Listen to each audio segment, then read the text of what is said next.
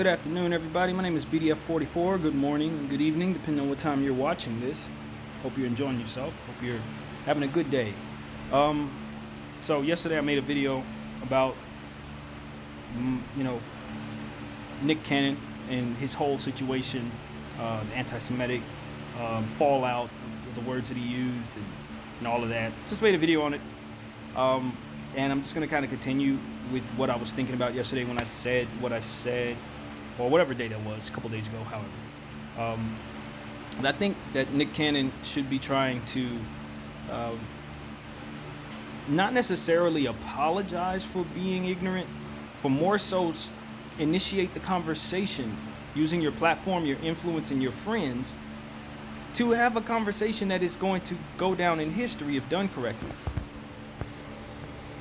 The rumor or the information or the history books that people are reading, I don't know, but wherever this information is coming from, it needs to be either confirmed or it needs to be buried. We need to debunk this rumor and toss it away once and for all. That's where true healing comes from. You don't act like you're part of the, oh my God, I offended everybody culture, so let me apologize for everything that I've ever done and erase everything that ever looked controversial. What you do is you show people that your ignorance is coming from a place of yearning to be aware of one's own heritage. That's what this conversation is about. It's not a conversation of hate, although it's worded and it's enriched in resentment and it's enriched in mistreatment, the reaction of mistreatment is enriched in a certain level of anger. Because if this is true, then we've been lied to about not only who we are, but about who they are. But if it's not true, it needs to be something that we no longer have in our minds. It needs to be something that there's a conversation that needs to be had between the two people, the two parties. And I think a guy like Nick Cannon has the influence, the friends, to where he can call up some prominent Jewish individuals and he can call up some prominent African American individuals and they can sit down and have a legitimate conversation about these two situations that can go in a positive way, that both parties can walk away saying that we've learned something and we understand one another's position and we don't have to have this gap between us that is called anti-Semitism and misguided rhetoric and apologies that don't have enlightenment enriched in them. We need to do a better job of just communicating with one another. Ignorance is not where the conversation stops. You identify that a person's ignorant, then you teach, especially if that person's willing to learn, especially if it's an entire community of people that hold on to an ideal that the other side is telling us is not only false but offensive. We're not ignorant in the sense that we want to be malicious toward others. If we're wrong, we need to step up and say, yo, we got it wrong. But we can't stand up and say we got it wrong if we don't know that. If we don't have that information, if there are people in our community that are legitimately saying this is what it is and they're standing by it, and they say they've done their research, share that information with the rest of it so it's common knowledge, so it's not only a few of us that have it. Then match it with the information that they have to see if we can sit down and hash this thing out properly so that this rumor doesn't blow into some type of racist resentment that hasn't been considered, because they're going to hate us for saying this, and not rightfully so. You know what I mean? Regardless if it's true or not, they're going to hate us for bringing it up. If they were imposters and they've been hiding in the shadows pretending to be something that they're not, the last thing they want is it brought to the forefront in 2020. And if they're not, and we're sitting up here being offensive and being awful toward these people and telling them they're not who they are just for reasons that don't match the history books that are hidden, the real doctrine from back in the day. If we got it wrong and we're sitting up here saying these people aren't who they are, then we're wrong. We're actually wrong, and we need to make that shit right. We don't need to continue saying this stuff. We don't need to continue having these conversations. We don't need to continue nodding at each other saying, yeah, we this, that, when it's not true. We need to get this right. This ain't a conversation that we need to just not think about after we realize we've offended some people. We need to hash this out. And I think a guy like Nick Cannon is in a prominent enough position to where he can sit down with some real Jewish individuals with prominent nature, billionaires, and say, yo, I'm trying to help my community understand who they are. This is something that's going around in our community. I co-signed it because I believe the people who told this to me. But now it's time to sit down and have real legitimate, grown-up conversations about what it is that we're dealing with. This is not a situation where we give the finger to you and you give the finger to us and then we go back into our respective corners. Nah, this needs to be hashed out. We're talking about identity here. We're talking about people's heritage here. You know what I mean? This ain't nothing to play with. So I'm very disappointed in Nick Cannon, not only in his position and how he's handling it, but also that he's missing the opportunity to really be a prominent figure on both sides. He wants to ride the fence so bad with being this super black, teach the people person, but he still want to collect checks from Jewish people. You can't disrespect those people when they taking your checks. They hired you to do a job, not to insult them on the slide when you get some free time, fam. That shit is foul. If you don't do it responsibly in regards to how you handle them and your people. And right now, Nick, you are handling it wrong on both sides. And you're retreating into this place of self-pity, and you're not considering the fact that you have a responsibility to make this right. It's not the time to retreat and get sad, my man. This is the time to step up and say, yo, I stand on this hill. I was wrong or I was right, but we need to have a conversation to make sure of one or the other. Don't come back and say you're sorry for saying something that you haven't disproved just because it offended some people. That is the wrong approach. That is not a respectful space to be in. You offended people purposefully, knowing that you opened your mouth to say something that was going to offend people. Why wouldn't you have seen that? That's the part that I don't understand at all. Why would you not have foreseen coming out of your mouth saying something like that? And the consequences that come after that. People are going to be offended by that. There ain't no way to feel but to be offended by that if you're Jewish. I'm offended for them if this turns out not to be real.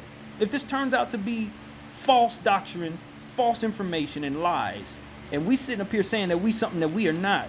Hell, I'm offended for them. Excuse me, it's my lunch break.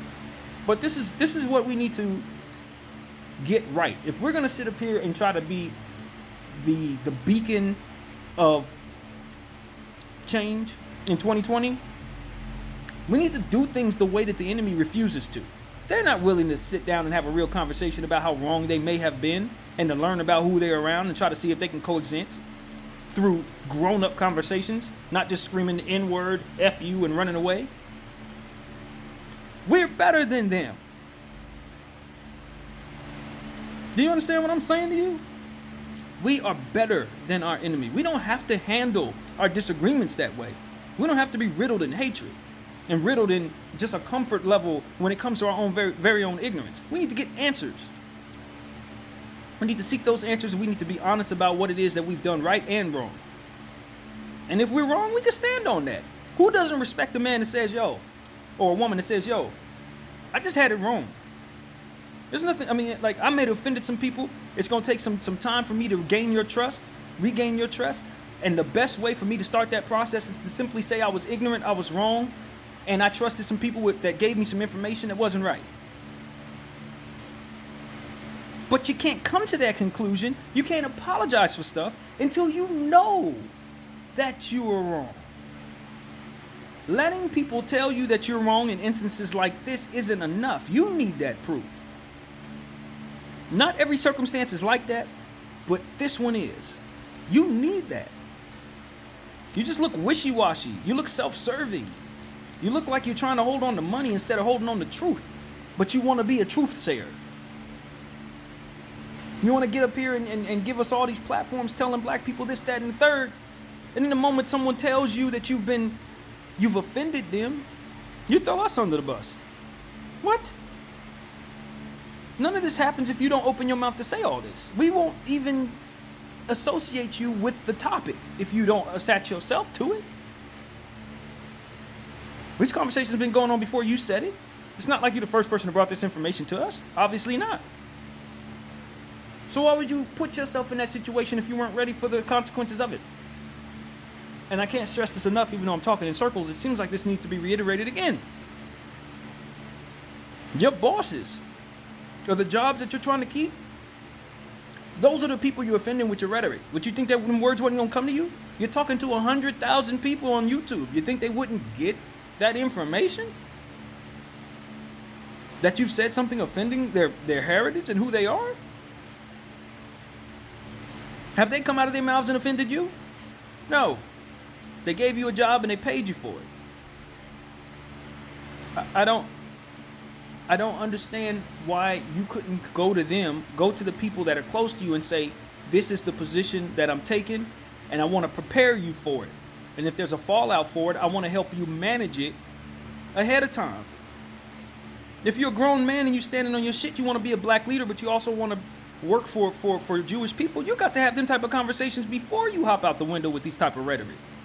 It's just horribly managed. And now he wants people to feel sorry for him, and I'm just too smart to do that. I'm too smart to feel sorry for you, Nick. I'm sorry, bro, but I'm not that kind of stupid. I see all of this clearly. And the only person missing the bus here is you. You said something you shouldn't have said. Some people got offended, they reacted the way they're supposed to. Now it's time for you to have a real conversation about what it is that you said. Bring some people together to have to give some conflicting opinions, responsible opinions. Find some doctrine, compare that doctrine to what it is that we've been reading. You can do all this shit in a 3-part series on YouTube, bro. It would have 3 million people watching it. Everybody in our community would want to watch it, and everybody in their community would want to watch it. Because it's important to both of us. It dispels rumors about both of us. And you could have been the centerpiece of all of it. They'd have made statues about your ass if you would have got this shit right. Just this disappointing. That's the word. Just disappointing. I wanted better from Nick Cannon's legacy of watching this dude my whole life build himself on these various networks and still manage to not stay far away from his people. He's managed to handle that balance for over 15 years, probably better than anybody else. Probably anybody. But he's had these issues with these networks where he'll say something and then they'll slap him on the hand. This ain't the first time he's done something like this. And I say to you, man, playing both sides only works up to a point. Because then when you start telling your truth, it can conflict with other people's agendas. It can conflict with other people's truths. You know, this being black in America thing is not, it's not for the faint of heart. We have some real tough stuff that we have to live with and deal with every day. And one of them is not knowing who the hell we are. Why isn't that articulated properly out of your mouth to them? You sitting up here apologizing like you don't have a legitimate gripe for not knowing who the hell you are. That ain't your fault. If you got it wrong and people are running around saying stuff about who you are that isn't true, how the fuck is that your fault? If your history was denied to you, deliberately denied. That's a point of view that they need to understand while listening to us and condemning us for saying things that may be considered anti-Semitic. We don't know who we are. I can't stress that enough.